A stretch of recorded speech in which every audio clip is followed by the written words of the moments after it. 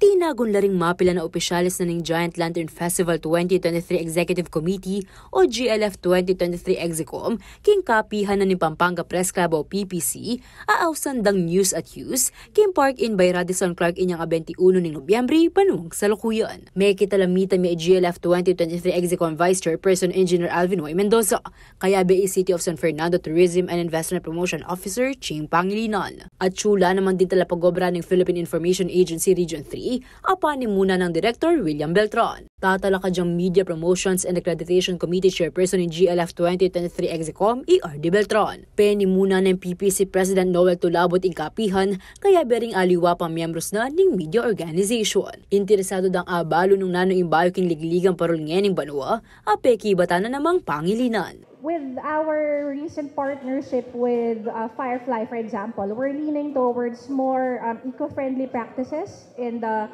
production of the lanterns. No? So, kunwari, we're looking at baka kaya na ng LED bulbs for the competition. Kasi for this year, we're measuring the wattage, not the number of bulbs anymore, in terms of the capacity. No? So, they can have as many as 13,000, 15,000 light bulbs as long as they don't exceed the maximum wattage that's been set by the festival committee.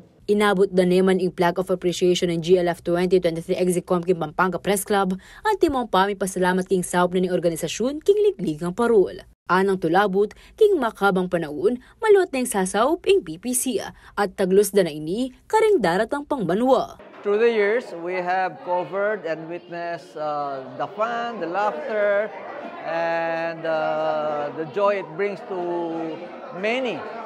Hindi lang po Kapampangan, pati mga turista. And one of the ways to promote it is to have our guests, GLF committee, dito po sa kapihan natin, sa News at Use.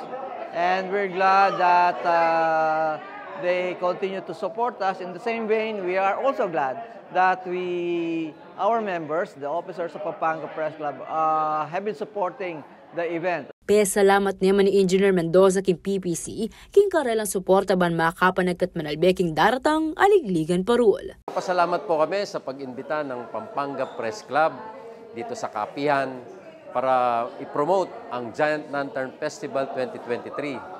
Para i-promote nila sa mga kanya-kanya nilang media outlet.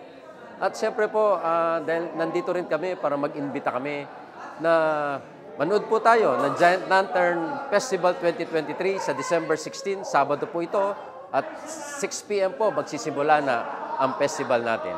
Ako, Inke Kayong Talasuyo, Liana Canilaw, ating pusong makabalin.